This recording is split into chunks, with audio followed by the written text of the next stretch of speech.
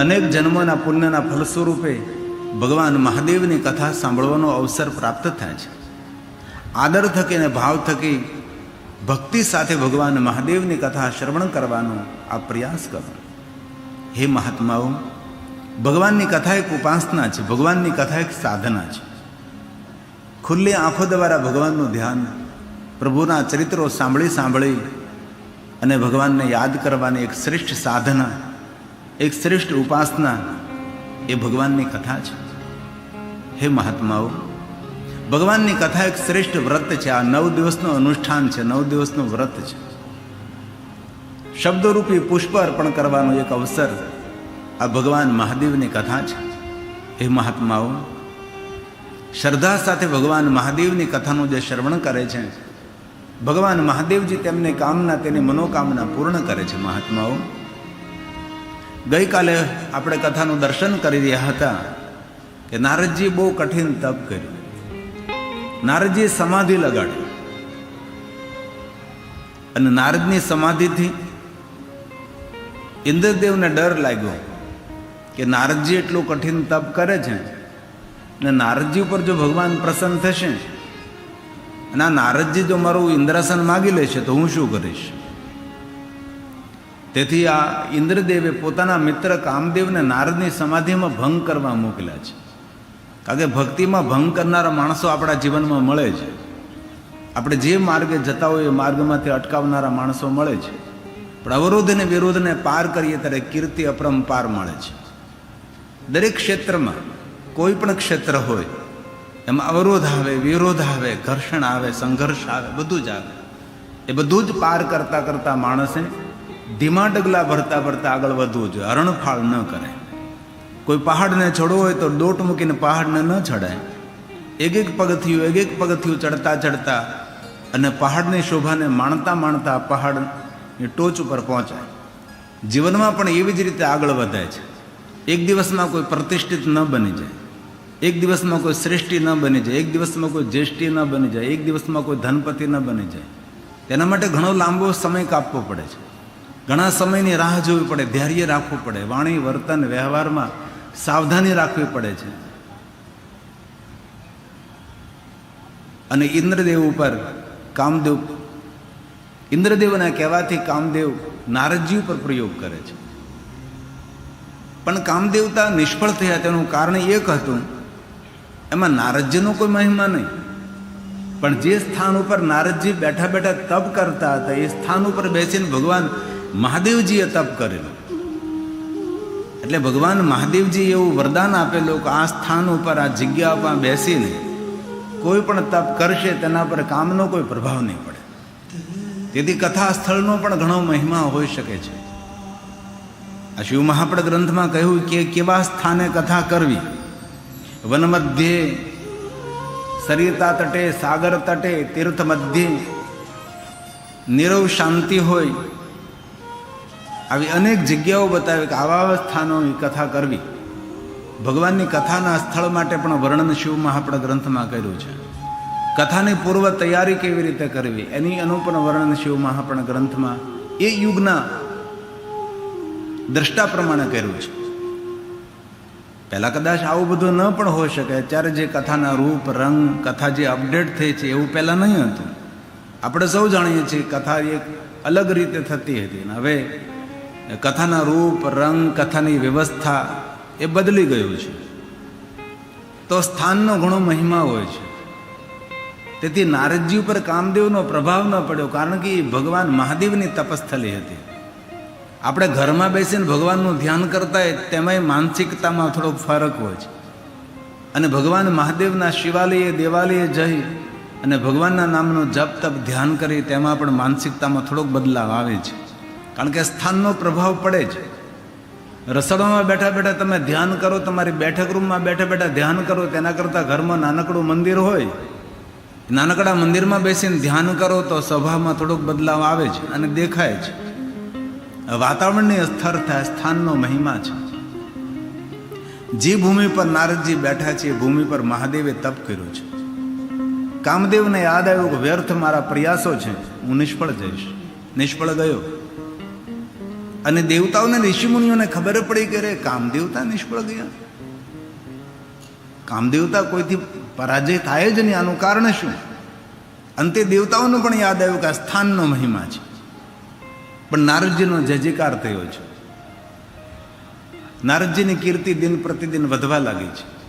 હવે ઋષિ મુનિઓ દેવતાઓ ચારો તરફ જયજયકાર કરતા હતા એટલે નારદજીનું ધ્યાન ભંગ થયું. સમાધિમાંથી ઉઠ્યા નારદજી અને દેવતાઓ અને ઋષિ મુનિઓ ચારો તરફથી કહેવા લાગ્યા કે નારદજી આપ તો મહાદેવ તુલ્ય છો, તમારા જેવું તપ કોણ કરી શકે? આ દુનિયામાં કોઈ ન કરી શકે, એક શિવજીએ જ કર્યું છે, તેથી તમે શિવ તુલ્ય છો.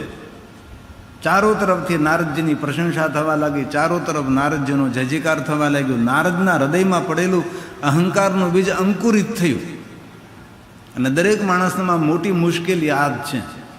પ્રશંસા થવા લાગે, જયજયકાર થવા લાગે, ચારો તરફથી એની વાહવા થવા લાગે એટલે અહંકારનું બીજ અંકુરિત થાય.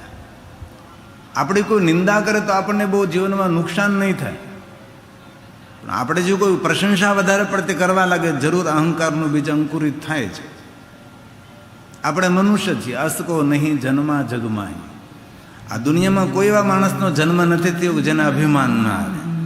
થોડું પદ મળે, પદવી મળે, થોડું સ્થાન મળે, ધન મળે, સંપત્તિ મળે, એ સમય માણસને થોડુંક અંદરથી અહંકાર પ્રગટ થાય જ. આ તુલસીએ તો કોઈને ન છોડ્યા, સૌ માટે કહી દીધું. આ દુનિયામાં કોઈ એવાનો જન્મ નથી થયો કે જેમને અભિમાન ના આવે, પણ અભિમાન આપણા સૌનો મોટો શત્રુ છે. આ તુલસીનું વચન છે અને સૌ માટે છે, એક બે વ્યક્તિ માટે નથી. રામચરિતમાનસ અસકો નહીં જન્મા જગમાં. તેથી જીવનમાં શત્રુઓથી સાવધાન રહેવું એ જરૂરી છે, પણ ભીતરી શત્રુ અહંકારથી સાવધાન રહેવું એ વધારે જરૂરી છે. આજે મોટા મોટા માણસોને આપણે મળીએ તો કોઈને કોઈ જગ્યાએ થોડું તો દર્શન થાય જ. નિર્મૂલ અહંકાર મુક્ત હોય એવું તો બહુ ભાગ્યે જ કોઈ જવલે દીવા બળતા હોય છે, જાજે ભાગે તો જોવા જ ન મળે. તેથી કથા સાંભળતા આપણે સૌએ સમજવાનું છે કે અભિમાનથી હજારો યોજન દૂર રહેવું. જીવનમાં જે કાંઈ મળે માન, સન્માન, પ્રતિષ્ઠા, જ્ઞાન, વિદ્યા, ધન, સંપત્તિ, પદ, પદવી એ બધું જ આપણા સત્કર્મ અને શુભ કર્મનું ફળ છે અને ભગવાનની એ કૃપા છે એવું સમજવું. તેથી તુલસીએ કહ્યું અસકો નહીં જન્મા જગમાં પ્રભુતા પાઈ જાની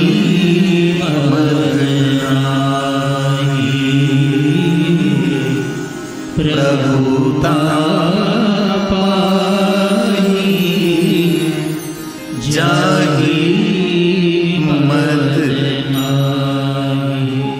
અહંકારનો ભાર લઈ નારદજી મહાદેવની પાસે કૈલાસમાં જાય છે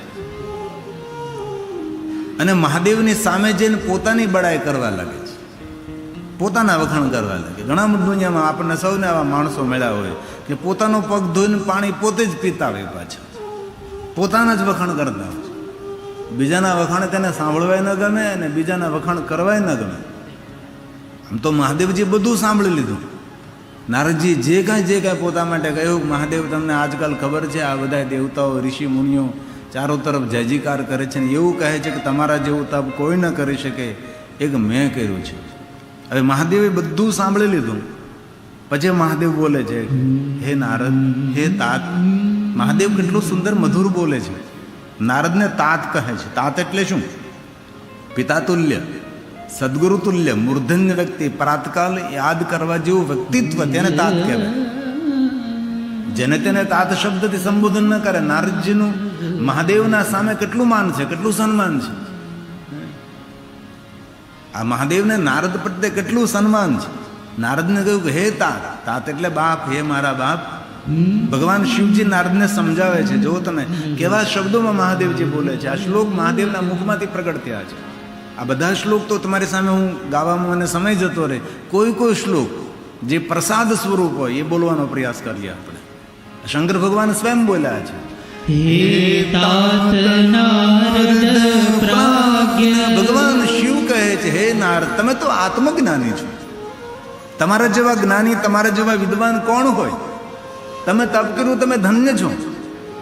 પણ હે નારદ, મારી વાત સાંભળો. મદવચઃ, મારી વાતને સાંભળવાનો પ્રયાસ કરો.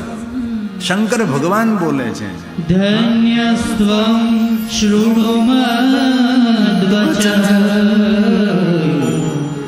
વાચ્યમેવ ન કૃતાહિ હરેરગ્રે વિશેષતઃ હરેરગ્રે વિશેષતઃ. આ ભગવાન મહાદેવ કહે છે કે નારદજી, તમે જે મારી સામે પ્રવચન કર્યું છે ને, એ પ્રવચન તમે શરીર હરિની આગળ નહીં કરતા. હરિ જ્યારે તમને મળે ત્યારે મૌન રહેજો. અને તમને એમ કહે કે નારદજી, આજકાલ તો તમારો ખૂબ મહિમા ગવાવા લાગ્યો છે, તેઓ નારદજી જલ્દી ત્યાંથી વિષ્ણુને પ્રણામ કરીને નીકળી જજો. આ તો વિષ્ણુ ભગવાન તમારી કંઈ પ્રશંસા કરે તો વાત બદલવાની કોશિશ કરજો, પણ તમારી પ્રશંસા સાંભળવાની તમે તરસ નહીં રાખતા. આવું ભગવાન મહાદેવે નારદને ખૂબ સમજાવ્યું. પણ જે માણસ અભિમાની હોય એ કોઈની વાત માને નહીં.